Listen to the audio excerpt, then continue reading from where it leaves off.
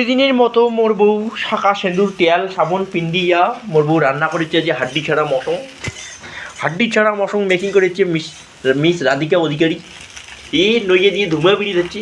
এই যে আলুর চিরো ফালা ফালা করে কাটতেছে, টমাটোর নদী খেসারে বিড়ি মুখ দেখে দিচ্ছে। এই যে মশলাপাতি এখানে নৈনাঙ্গার করে বিছিয়ে রাখছে। এই যে বান্ধাকপি বিভক্ত দেখলি মনে না, এটা তো কবেন না। বান্ধাকপির তরকারি দেখলে পরে ঠেঙে রক্ত মাথা তাড়াও করে উঠে যায়। এই যে তরকারি ঘাটে দিচ্ছি লিখি সব হাড্ডি ছাড়া মশং। তা হাড্ডি ছাড়া মশং খাওয়ার পর খালি দাঁত ভাঙিয়ে গেছে, দাঁত বুঝতে দেখছি কাটা। এদিকে জলের ড্রাম রেডি। মোর ব্লগটা কিন্তু এইরকমই গাই কাইটিকল কোক আং সাং ব্লগ, মনে কিছু নেন না। এবার দাঁড়িয়ে দিল গরম গরম তেল না জল, ও তেল ঢালিয়ে দিল রে সত্যি। তো আমাদের বাবু স্কুলে যাওয়ার পর এগুলো সব ছড়িয়ে ছিটিয়ে আছে। যখন স্কুলে যায় তখন এই জায়গা সব কিছু একদম রেডি থাকবে, পই করি ওর জন্য খাওয়া, টিফিন বক্স সব কিছু এভরিথিং রেডি।